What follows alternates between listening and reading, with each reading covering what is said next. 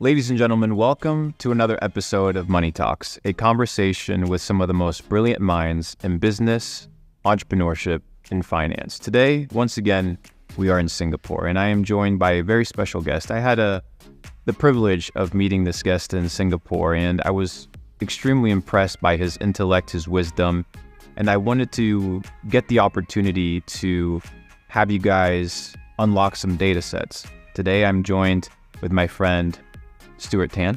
How are you, brother? I'm very good, thank you. So Stuart Tan has a Master's of Science in Organizational Psychology as well as an MBA. He now operates through two organizations, Superscaling in his private consulting firm, Ultimate Alliance. And over the last 29 years, he's been able to help and impact over 500,000 entrepreneurs across the world. And today you have the opportunity to be in his presence and to sit under his teaching, as do I. Thank you so much for taking the time to be here, brother. Good to see you. Absolute pleasure. Thank you so much. So before we get started, I kind of want to dive into where your career started. I want to dive into why you decided to venture into a Master's of Science and why specifically organizational psychology. What was the aha moment that you're like, this is the direction for my life? Yeah, so that goes back quite a long way. When I was a young teen, I wasn't really good at studies. So it was one of those situations where somehow people magically get the A's in school. And I was tempted to just give it all up, until my parents came to me and said, you know what, there's something that you can do to learn how to strengthen your mind, your brain, and study better, more efficiently. So they threw me into a boot camp, which I agreed to, fortunately. Came in top in class the month after. So that fascinated me. Two things happened. It strengthened my resolve in believing that there is a method for anything. And secondly, that, now I'm confident because I can do it. So that sort of formed the DNA to help me to investigate psychology as a primary mode of understanding myself and other people, because I was always introverted. I was never articulate. And over the course of the last 29 years, I've had a good fortune and an opportunity to speak to various people across the world, some entrepreneurs, some top-level executives, but overall, people who are in business need some kind of a frame of reference, that so-called method, as it were, to be able to run that organization, run that team, work with partners in better ways. So I thought, in my earlier days, I thought, okay, let's get a master's in business, an MBA, because then it sounds so elevated, for lack of a better way of looking at it. It was a foot in the door to some of these organizations, because you're seen to be more educated. I mean, I didn't particularly think that it was that valuable, to be honest. As an MBA holder, I thought it was just another academic piece of paper. But it did seem to have an impact on people whom I had conversations with. So at least they knew I knew some structures in business and how to talk around them. And later I came to realize that there are two pathways to perceiving what one ought to do in order to decide. It's like you need to be the bridge in society, how they view things. So if I don't have like a master's degree in Singapore, it's like, where have you been? Right? Everyone else has a master's. You have to abide by the times. In a sense, yeah. And at that point of time, being a consultant, a guy who doesn't have a master's degree would have a disadvantage. So I just jumped through the hoops, so to speak. And then I realized that it was not about studying anymore. It really was about proving myself, which was a completely different thing, right? So rather than say, okay, I know this stuff, but how well can I know it? That's a completely different story altogether. So come 2011, and I decided to start my own thing outside of my previous partnerships. I looked into organizational psychology because I was fascinated with psychology in the first place. But how about applying the psychology to human behavior within organizations, and if possible, huge organizations, scaled organizations with scale impact. And that was what got me interested in leadership, teams. I didn't realize that simple things like the way you communicate or not communicate, the way you withhold information, simple things like that can create a huge cascade of problems in organizations. And it was just fascinating to me, opening up my eyes to realizing that in reality, there is knowledge that can help you uncover the method to dealing with anything. So that's where my DNA is. I do believe very strongly in the capabilities of what we have in our mind, in our brain. It's just that we haven't really fully activated it.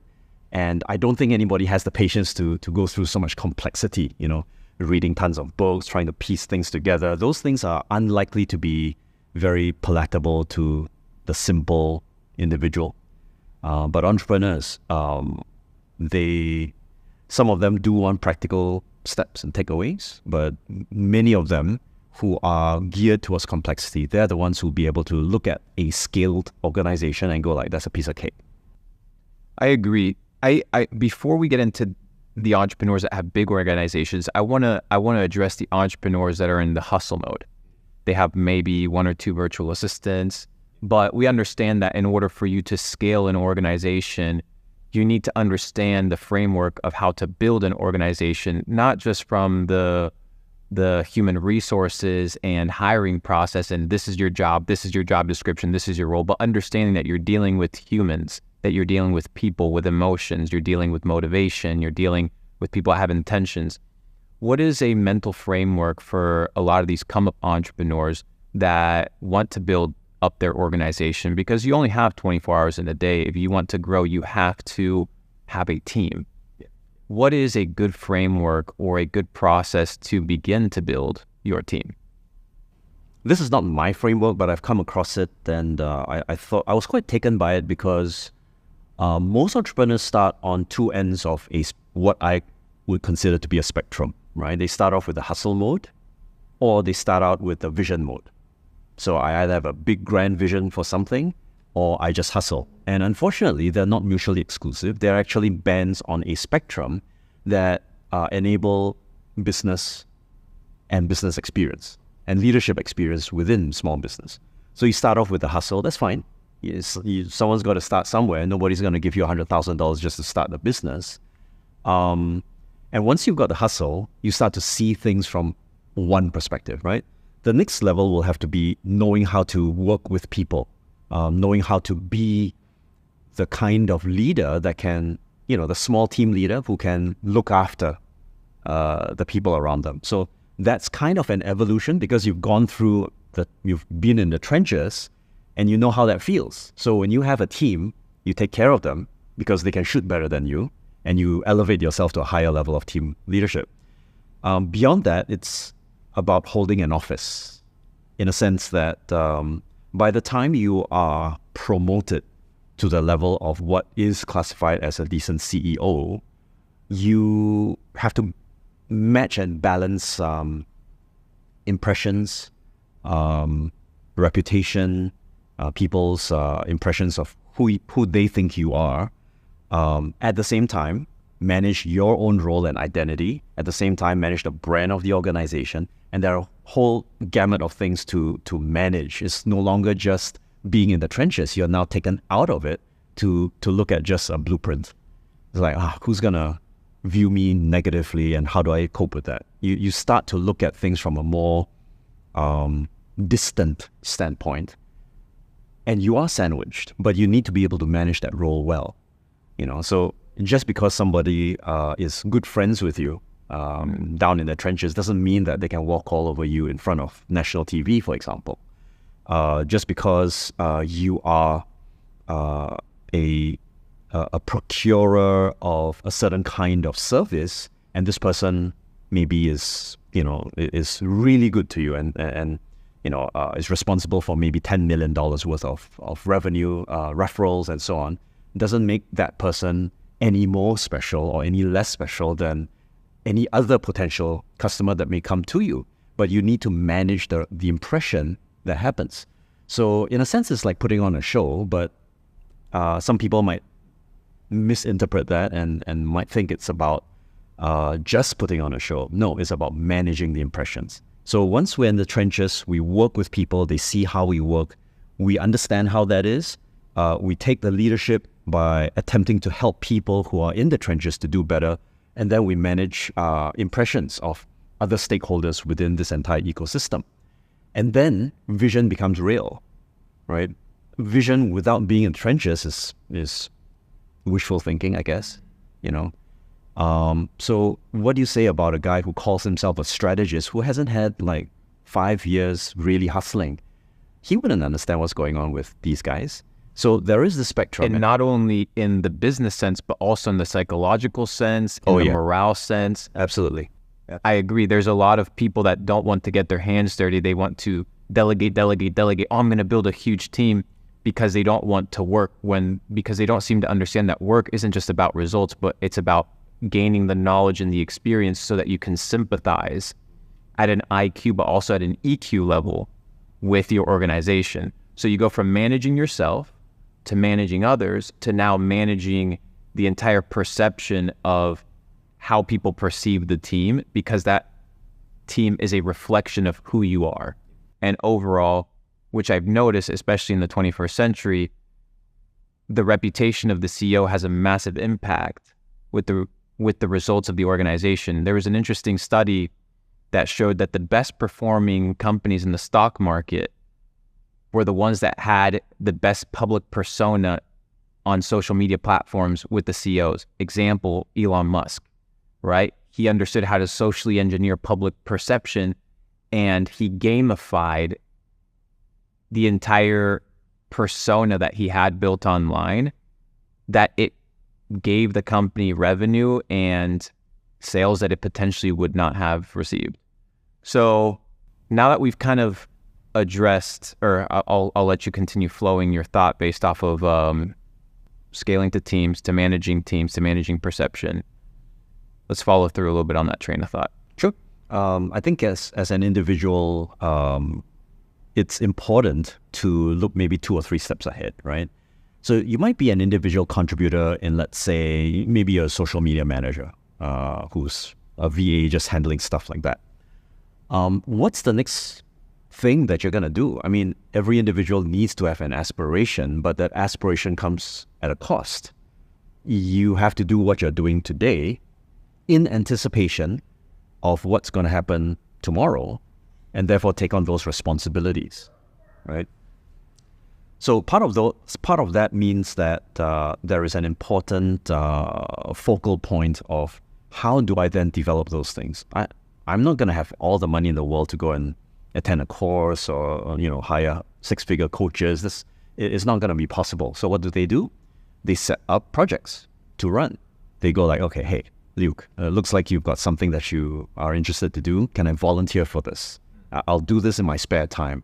Whatever work that I'm doing right now is not going to suffer. And then you see a person grow because they take on a bigger portfolio that, in anticipation of the next role that they could take on, is going to give them a leg up in terms of their leadership. Okay, so you're confident that he can do it. He's managed a team, ad hoc or otherwise. And now this makes for a stronger hire into that position. So now there's succession planning going on. The problem then is most people can't see beyond what they are able to see because you're working in the trenches. So a mentoring relationship is so important. You look for people who've been in the game for decades, right? Have a conversation with them. And I can say that most of them are very happy to have a conversation with young, aspiring individuals. And because of that, you can see much, much further. Most people who are then inspired by these thoughts can then structure bigger projects or larger scale projects and collaborate with other people. And that takes a huge amount of effort. I got lucky because, in Singapore, we've got the Singapore Armed Forces. So, when you're enlisted, you're barely 19 years old. Well, and you have required military service. How long is that? Back then, for me, it was 2.5 years. Okay.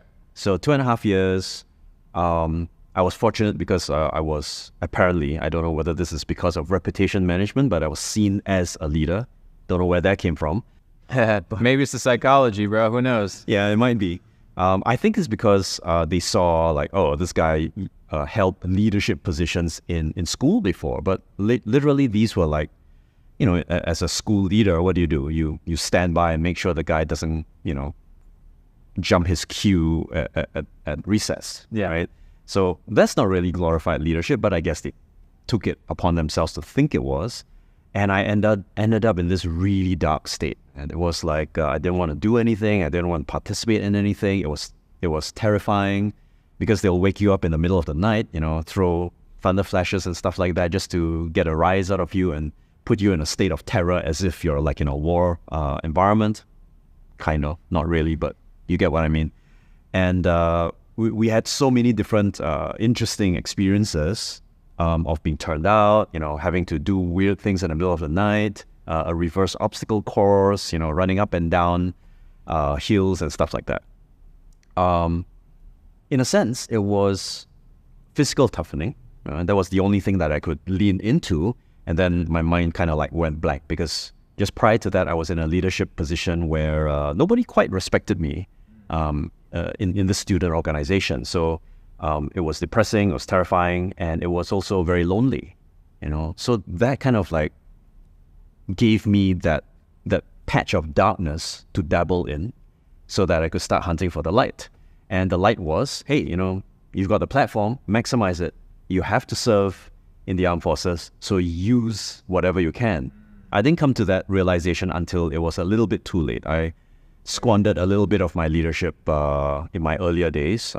My brigade commander wasn't too happy. You know, he did charge me once for not complying with physical fitness test requirements. What happened eventually was I started to look at the army as a place where I could play without very much consequence. I mean, what's the worst thing that can happen, right? So I managed to stay there. I earned my right to get into higher ranks, and it allowed me to see how an organization of 20,000 people scale their operations, do things in a clockwork fashion.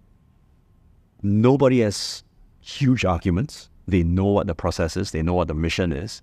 And even if the mission is tough, they know it's the mission that's tough. It's not you. It's not us. It's like, we got to do this. You may have a broken leg, bro, but, you know, I'm going to have to carry you now. But that's okay because we've got that mission. So that's what it there's meant. There's a clear understanding and a clear alliance. Because the processes are all clockwork. I mean, we in Singapore, we've learned a lot from the US Army as well. So the protocols and processes that they have, no matter how complex they are very powerful to hold people to a way of thinking.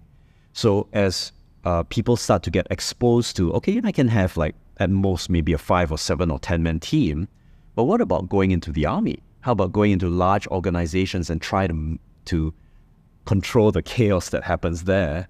You know, you can only imagine if you went into a volunteer organization and you had 500 volunteers to deal with. You've never had that experience? Good luck to you, right? So you go into the trenches again, but at a higher level, and you try to win people over. That's mass persuasion, that's influence, that's getting into people's psychology and pulling those heartstrings to let them see, look, this is our mission, and I know it matters to you because, and then you start to bring them over. So this requires those next 2 levels, right? Knowing how to treat people, knowing how to work with them, knowing how to win them over, but also knowing how to manage the impression. So I might tune you into the mission because you love your family. I might tune him into a mission because he's very ambitious. And the persuasion, the approach to persuasion is very different for both sides, but they eventually buy into that mission. So you can't have a cookie cutter approach. There can be a framework, but you must tailor it and personalize it to the person that you're interacting with, because what is important to one individual may not necessarily be important to another individual. So you need to understand your team, empathize with your team, and help the team understand that through collaboration and through the achievement of the goal, their personal goals will be able to be achieved. So you need to be in the trenches to understand where your team is, but simultaneously you need to be able to like the Bible says, there's a verse in Proverbs that says, without a vision, people perish. So you need to be able to cast a vision so that people can comprehend that, hey, if I output my life force energy into this mission, there's something beyond just what can the CEO gain from it, beyond the salary, because we understand that money to many people, especially nowadays, is not the only motivating factor. It needs to extend beyond that. I want to talk a little bit about this idea of creating a culture that increases team morale through hard times, that allows people to contribute and collaborate through pressure. How do we sustain an organization through turbulent times that lets us see the light of day? I came up with a term during the pandemic called gravitational sacrifice. It reminded me of a time when we were running a really tough overseas exercise. Singapore is too small to have local exercises. Sometimes we tap on partners to run exercises overseas. So there was this one exercise. We went in the heat of summer. It was like 38 degrees, 39 degrees outside. It was terrible. Unfortunately, we were acclimatized, at least I was acclimatized to Singapore, where everyone was accessible. So when we recalled everybody, there were people who couldn't make such a long trip. They had to defer because of work-related issues, or they had a new kid or whatever. Our 27-man team was down to 12 to run a 24-hour shift. And I was always a night shift because I don't have kids. I wanted to let those who did have kids go back home to their families during our local exercises and so on. So I naturally took the night shift. And to my horror, when I walked out of my shift into the blazing and humid sun, it was terrible. There was no way to sleep.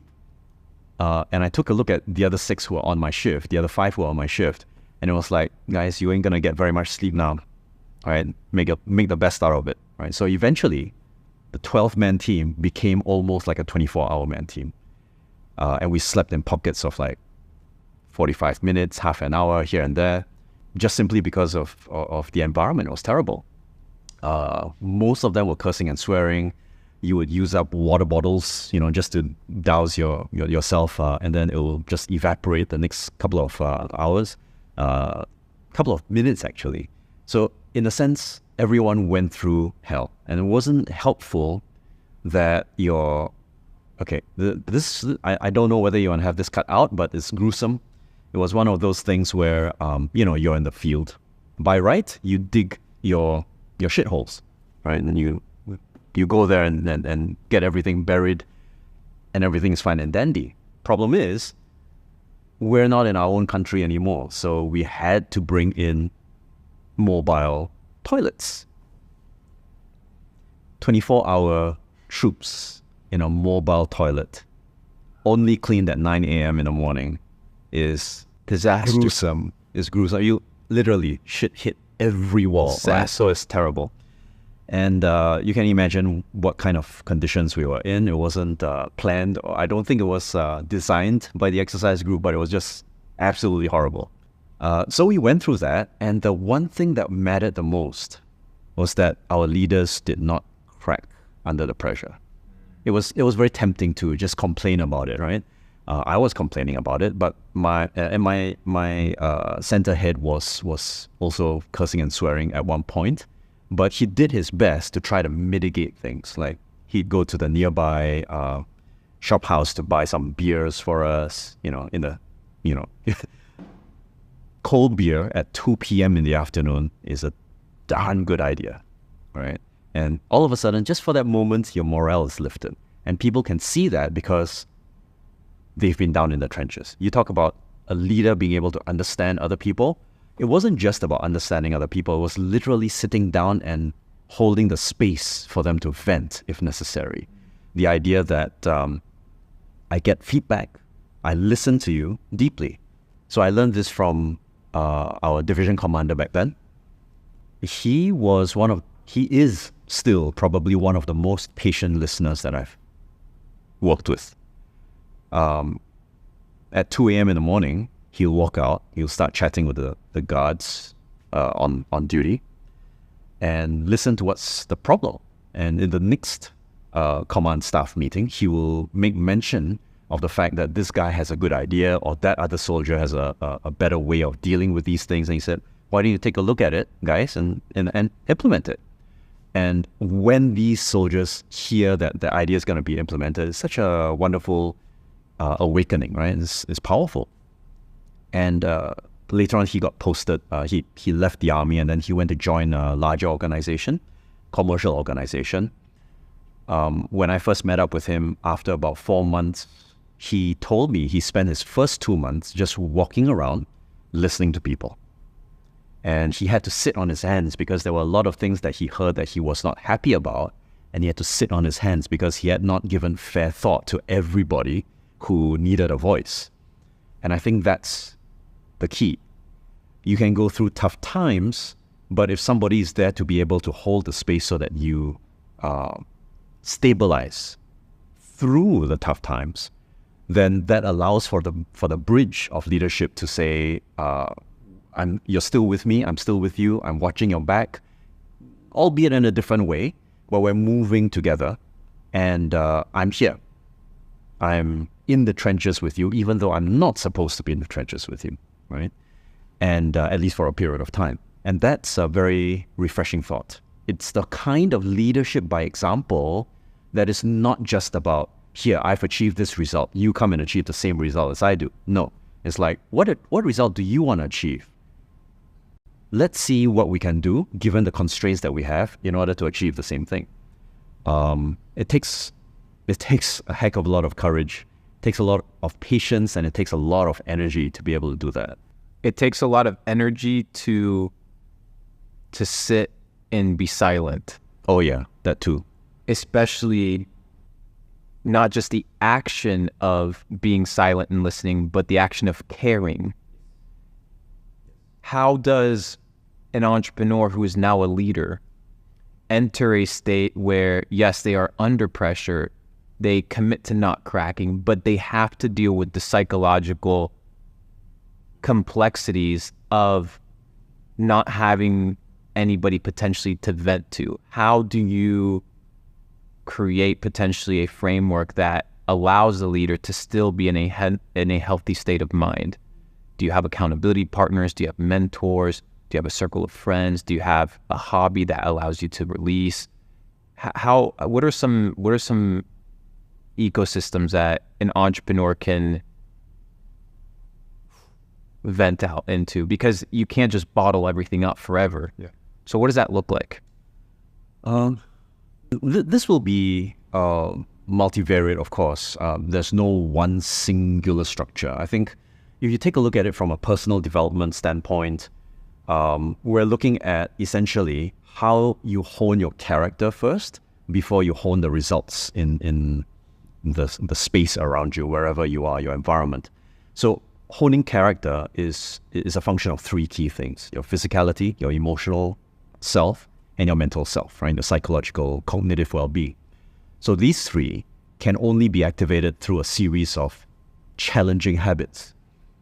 So recently I decided, since Goggins' pull-up record was broken, they did the calculations and they discovered that if you can do something like 5 pull-ups minute on the minute, you'll reach 8,800 or something like that, right? Some kind of ridiculous number if you did it across 24 hours. So I said, okay, I don't know whether I'm going to be able to get to 8,000 pull-ups in 24 hours, but why don't I narrow that down? Why don't I do 125 in 25? And I tried. It was tough as nails, man. I managed to hit 125 only after 40 minutes, but considering that I'm almost 50, the idea of even thinking about that drove some of my friends mad. They're going like, what the hell are you doing? And I'm going like, I don't know. It's just, I guess I'm slow, I should have done this when I was younger, but that I can remember what it was like getting to 60 and I really wanted to give up. It was like just pure torture, right?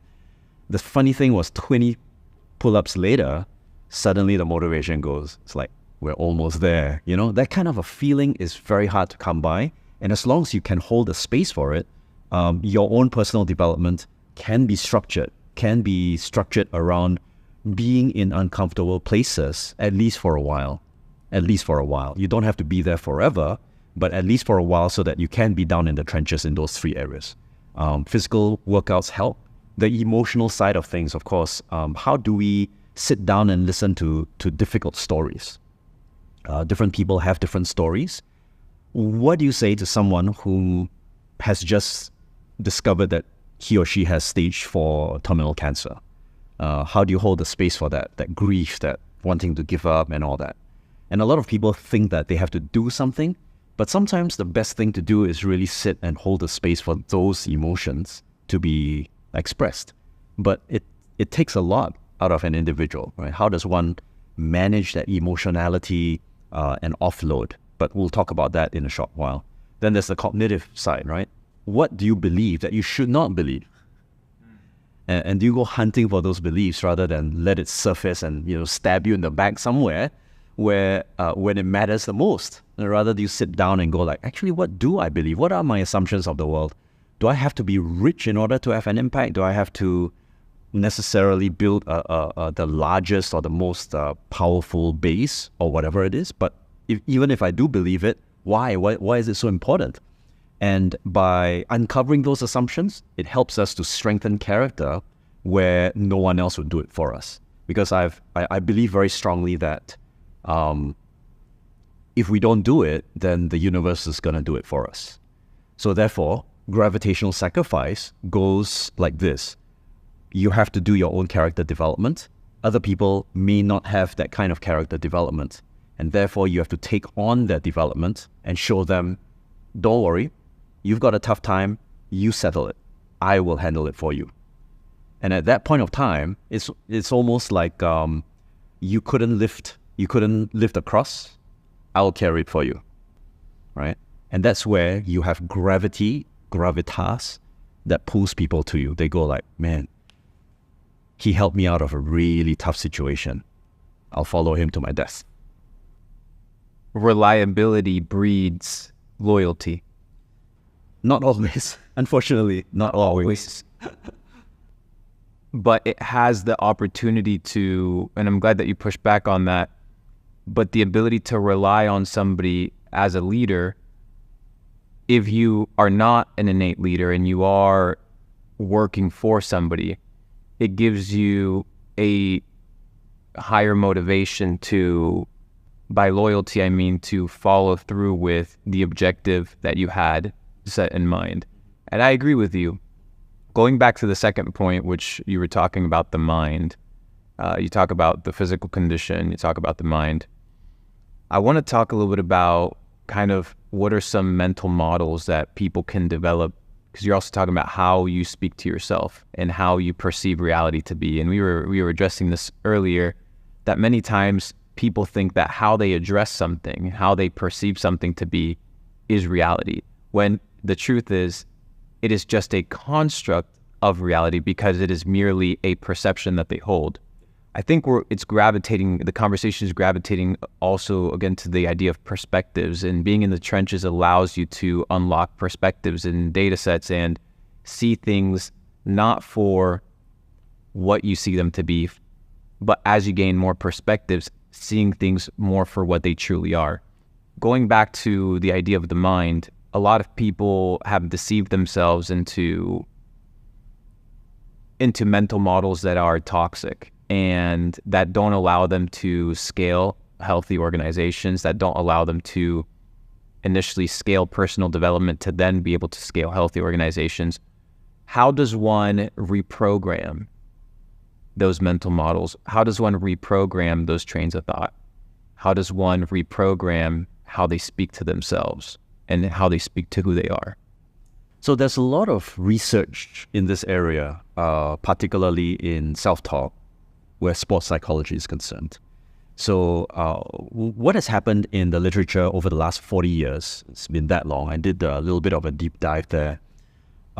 Firstly, if you experience what is known as a threat condition, you're going to shut down typically. And there are only certain kinds of internal mechanisms that will help you to get out of that threat situation, which is reframing yourself in order to perceive it as a challenge construct.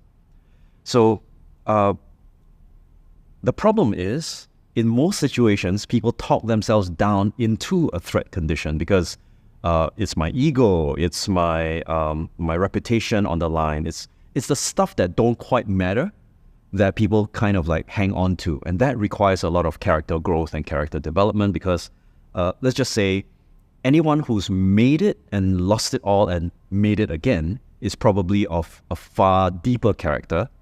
I won't say better character, but a far deeper and possibly wiser character than someone who's made it through inheritance, I guess. I mean, I don't mean to diss anyone about that, but it's just that if you're not in the trenches, there's things that you just don't understand. Yeah, you got to be in the darkest valleys in order to appreciate the apex of the mountain, right? So in that sense, in order for us to shift from the threat condition to the challenge condition, there is a kind of mental flexibility that's required. So I need to be able to take a look at, okay, I can see it this way, and I can expand my scope, and therefore shift my perspective. How would a role model perceive this? How would a person I look up to or admire or someone whom I've read about actually perceive this? And therefore shift outside of my own siloed singular view of the world and expand across perspectives. So perspective seeking is really about jumping through different possible ways of seeing it. It could be from the perspective of just a passerby. If a passerby were looking at this situation, what would they see? Right? If my mother were to see this, would it be even more threatening? You know, that kind of thing. And as a result, we'll realize that the here and now there is no is, as it were, right? So it is the possibilities of what could be. And therefore, we can then shift. What else could this mean? To whom? And can I adopt that identity or that position temporarily so that I can view it differently? So most people in a threat condition try self-talk as a mechanism to motivate themselves, but it's impossible because in a threat condition, your brain doesn't function in the same way. You don't go like, come on, you can do it. It will not believe you. Instead, in a threat condition, you go back to procedural self-talk, which is stand up, pick up that dumbbell, bring it back to, do this, and it becomes easier for the brain in that fight or flight response to recognize the orders that you're giving it. It is no longer a dialogue of let's find a solution. It's this is what is going to happen. This is the protocol. Yeah. There is no question. There is no argument. There is no conversation. This is how we move. Precisely. And unfortunately, most people who are in a threat condition also do not have clear protocols. That's the problem. They have not learned the steps that they need to do. Or they're not cognizant that there are steps that can be taken. Take, for example, what happens if you ran an ad campaign, you somehow were caught up in something and you basically lost $100,000. So a typical person will look at that as a threat condition and they'll go like, oh my God, I'm done for. Everything's gone. Whereas the person who thinks through it will go like, okay, first step, let's stop whatever transactions are going through. Let's stop that. Let's take a look at the analytics. Let's pull out what worked and what didn't work. Probably 90% of the things didn't work, but 10% did work. Can we use that to recover? What happens next? And so on and so forth. So that you don't take it personally anymore. It becomes a matter of fact. So this is known as procedural thinking, and it's a very strong form of learning. So there are two types of memory. One is episodic memory, which we lose with age, but we have procedural memory, that if you're a mechanic, you can get a guy who's been experienced in this for 60 years and he'll be just doing this blindfolded, right? He knows what to do with that particular engine or that particular vehicle. So most of us don't go down to the level of procedures, and we don't design procedures for optimization. Instead, we look at procedures as inconvenience. So that's about threat conditions. But in challenge conditions, yes, you can. It requires more creativity because there's no such thing as a problem, merely a challenge. and a challenge is there to overcome, and allowing creativity to give you the critical thinking and processing power to find many ways to the top of the mountain, as opposed to procedural thinking, whereby it's A, B, C, D. Now you look at the challenge, right? And it's potentially, what is the most optimized way to accomplish my objective? There's more creative, more free flow in that operating system. Yeah, I think you're spot on. I think the challenge condition allows you to activate internal resources a little bit better. But it also means that, I mean, if you're in a challenge condition, a buddy can come up to you and say, come on, let's go. And it feels good. But if you're in a threat condition and a buddy comes up and says the same thing, it doesn't mean the same thing. You feel like socking him in the face, right? So those are some self-talk conditions that take place. Motivational self-talk works very well when you put yourself in a challenge condition. How do you, this is an important one for me, how do you transition from one mental state to the other? What happens there? And is it an intentional switch, or is it determined by exterior factors, or do you have a controlling factor in that? In my case, what I tend to do is, and again, this is an assumption that I hold on my part, which is there's no way I can control external circumstances. I can influence them, but most of the time I can't control the storm. I can't control whether someone randomly comes through, and sends a message or whatever it is, right? I can't control those, but I can control my responses to that, or I can influence what's going on around me so that those influencers can influence that condition. So I tend to take circumstances as just an artifact of what happens to be, right? The environment. Then what can I do? So using that approach, the only thing that I know I can control will be my thoughts, my emotional state, even though it can be difficult at times. So most people think of jumping from one perception to another. I think there's a middle path, and that has helped me quite a fair bit, which is to get into a state of absolute calm and relaxation. So in neuro-linguistic programming, we utilize a lot of internal dialogue to bring ourselves to a state of calm, happy, focused states that are neutral in nature, not necessarily really empowered to go or really aggressive or anything like that. Something that's really calm, and I call that a baseline state. So every time I feel like I am off the rails, I seek my baseline first. It's almost like a bridge for me to then design how to get to any other state that I want. So what are some practical steps that you take to obtain this, to enter the state of baseline, to enter a state of mind in where you live, like I like to call it a state of equanimity? For you, it's your morning routine, you have your protocol. For somebody that doesn't or hasn't established this, what are some actionables that you think are a good rule of thumb that people can begin to apply?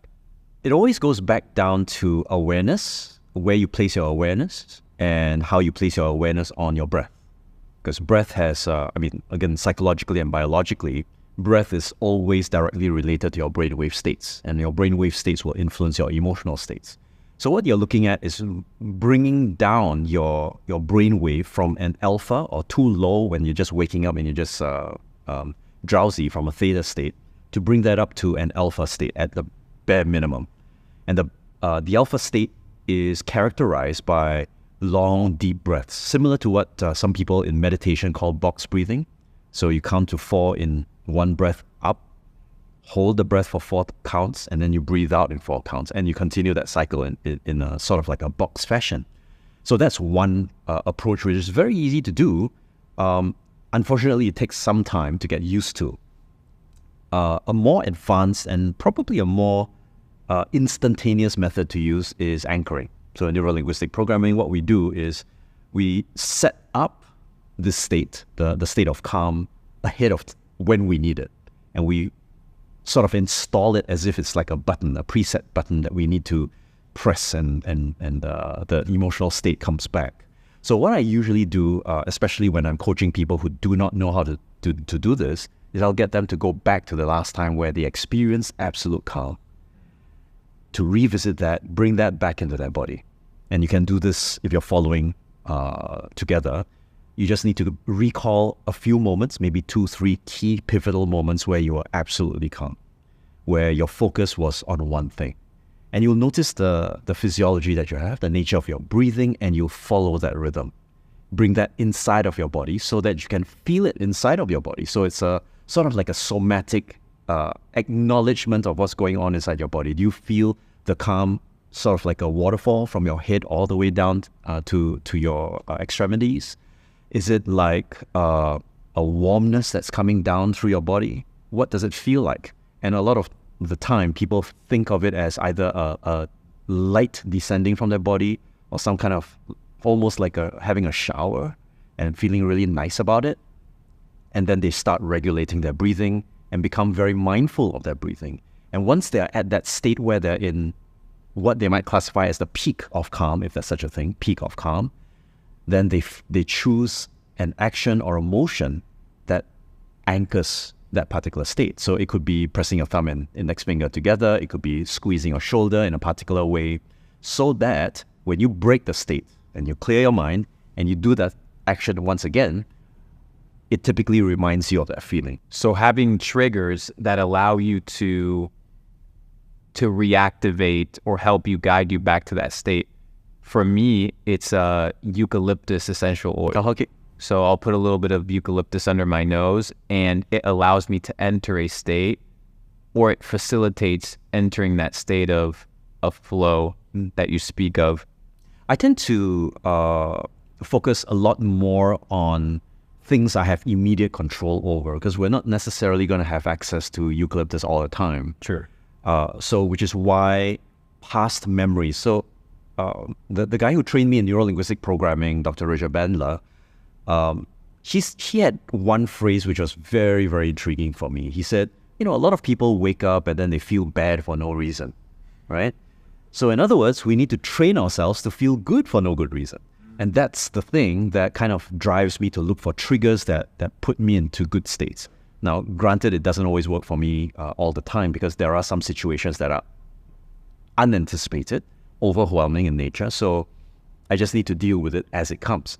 But generally, by and large, I tend to manage my states relatively well, in spite of the circumstances. So that's, again, part of the emotional management side of the equation, right?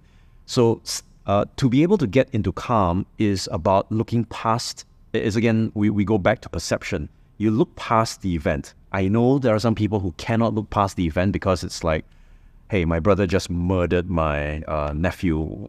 What are you talking about? How do I look past that event, right? It's catastrophic, it's traumatic, but that's something else. So if you're talking about natural states, day-to-day states, you can use anchoring, you can use mindfulness, you can use anything that helps you to move into a different state calmly and easily. But for traumatic states, now that's the kicker. If you've been ripped off by your best buddy who stole $10 million from you, you're going to be up in arms, right? So that's, again, a threat situation.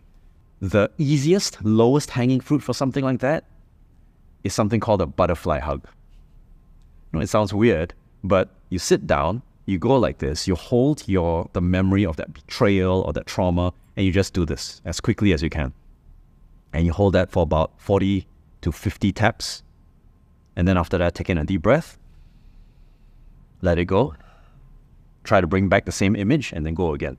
And this is a protocol known as, it originates from eye movement desensitization and reprocessing. So a lot of kids can't handle the cognitive element. So they invented this for kids who suffer from nightmares, early childhood traumas and so on. And it's a very nice way of just getting bilateral stimulation from the left and the right brain. So I found that, in disturbing moments, I can use this, and it does help me quite a fair bit. When you call it a butterfly hug, it feels like a kid could accept it, right? And this is a way of turning something that's absolutely traumatic, that just triggers you wherever you go, and just desensitizing it as it continues through the bilateral stimulation and eventually becomes neutral. Right? Of course, I'm saying this knowing that there are some situations where they need a professional to help them, and they may not be able to do this, but at least it's psychological first aid. Yes, and I understand these extreme cases, but many times people are bogged down Absolutely. by things that they should not be bogged down, and they're anchored by, like you said, they wake up and they feel terrible. Yeah. But there's also not only mental implications to waking up or feeling a certain way, there's also physical implications, one of them being like diet or exercise. What are some things on the physical side that you have perceived to be useful to allow entering that state or facilitating that state where you are in a consistent state of equanimity? Do we have another 2 hours? So one of the things about the physical, the unfortunate and dark truth is that from 2010, 2011, my dad was diagnosed with diabetes. We thought that was it, right? We didn't think that because of the world that was pulled over our shoulder, over our eyes, we thought it was just a condition, and you'll be medicated for life. Unfortunately, 5 years later, it transited into cancer. And most people would not think that diabetes has anything to do with cancer, right? But you start digging deeper and you find that there are all sorts of connections. So when my dad passed on in 2019, during that period of time, at least when he was, dying, I went to do a lot of research related to cancer, the physical condition, supplementation, and so on. Number one, inflammation is the cause of like almost every known disease, and we tend to cause that inflammation to ourselves. So I took it upon myself to cut out sugar, right? Very simple way of doing things. Not only did I see an increase in mental sharpness and focus, I realized that after some time, everything was too sweet. And that was a big realization. It was a big wake-up call for me. And I started digging deeper. It's not just inflammation. Inflammation at the right time is fine, when you're healing from a wound or something. But then we tend to overextend the food intake that causes even more inflammation. Sugar, omega-6 vegetable oils that they use to fry stuff with. Alcohol, that's another one.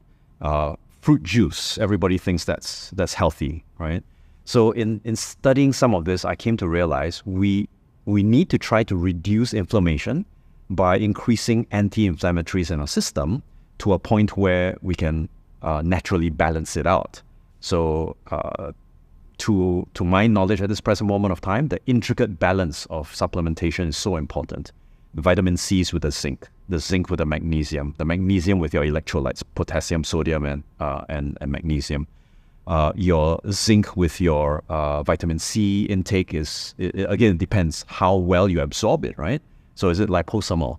Does it get digested through fat or transported through fat? Do you have vitamin D3? If you have vitamin D3, you need an intricate balance of A and K as well.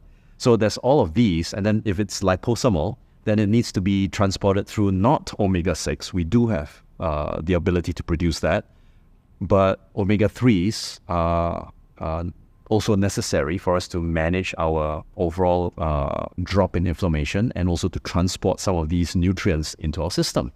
So when I saw that it was extremely complex, I started to ask myself, who's going to want to do all this? And I said, I got to test it out myself. Started getting deeper and deeper into the supplement route. And I realized that there were essentials that we need that we don't naturally produce. For example, vitamin C, we can't produce. We need that. We need to balance up our electrolytes. A lot of people suffer from hunger pangs simply because they're dehydrated.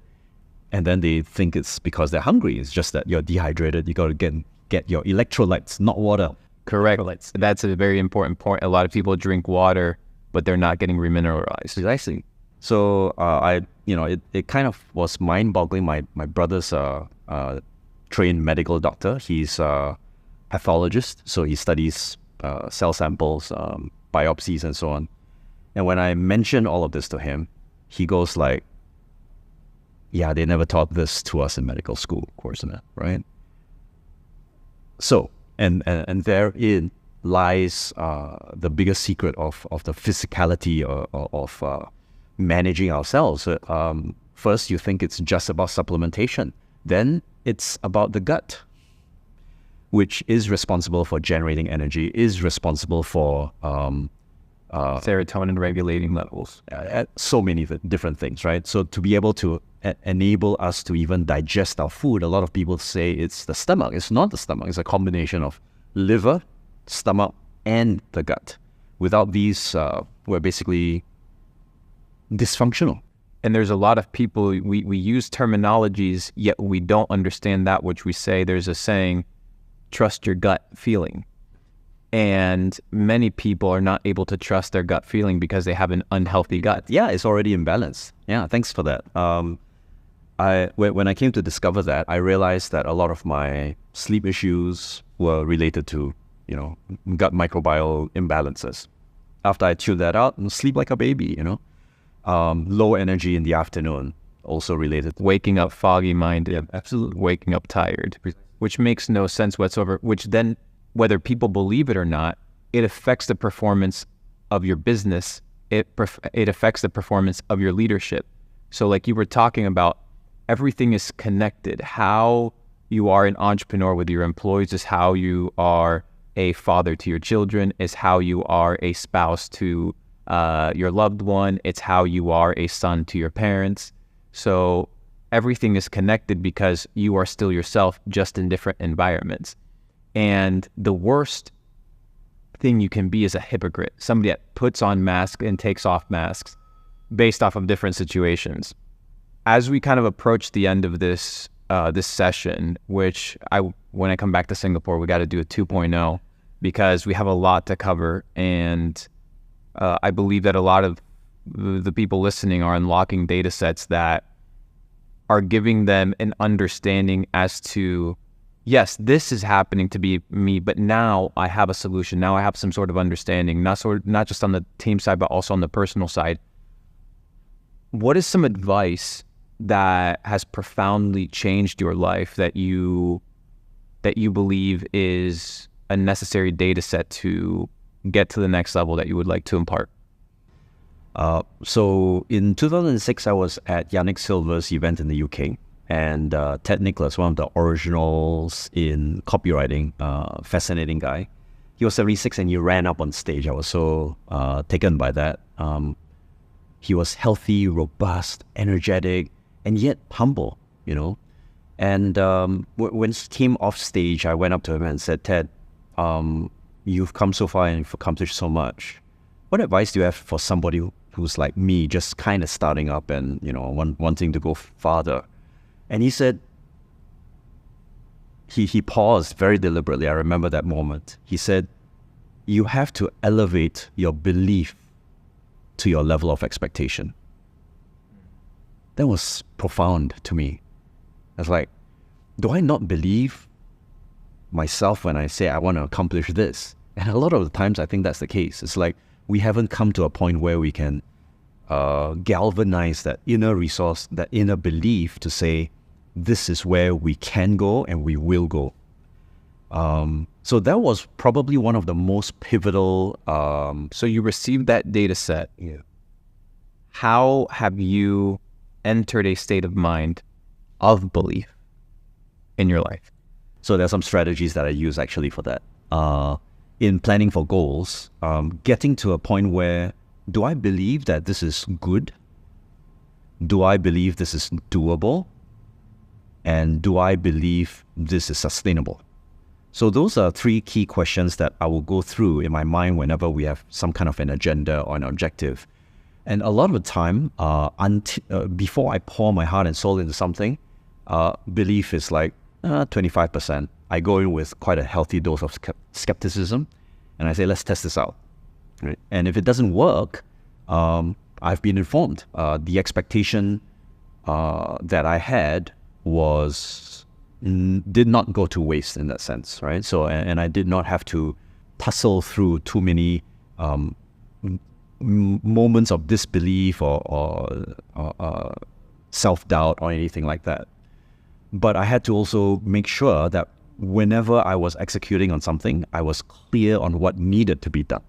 And if I wasn't clear on what needed to be done, we'll just iterate until we knew, or we've discovered that it was far more complex than we had any intent for, and then we'll just discard it.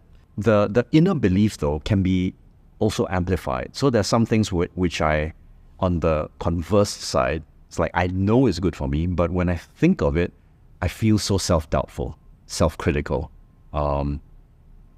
unwilling to commit 100% when I know it's good for me, right? So that's where I go inside my mind and I utilize a method of amplifying the belief. So there's something to be said about something that you doubt versus something that you believe strongly in. And if you take a look at those images inside your mind, one is brighter, one is more, is larger, maybe more colorful than the other. And if you compare the characteristics as if it were like a movie and how you take a look on a TV screen, the contrast effect, color effect, and so on, you'll notice that they carry different characteristics. So the thing that is more doubtful tends to be darker, gloomier, or maybe more distant.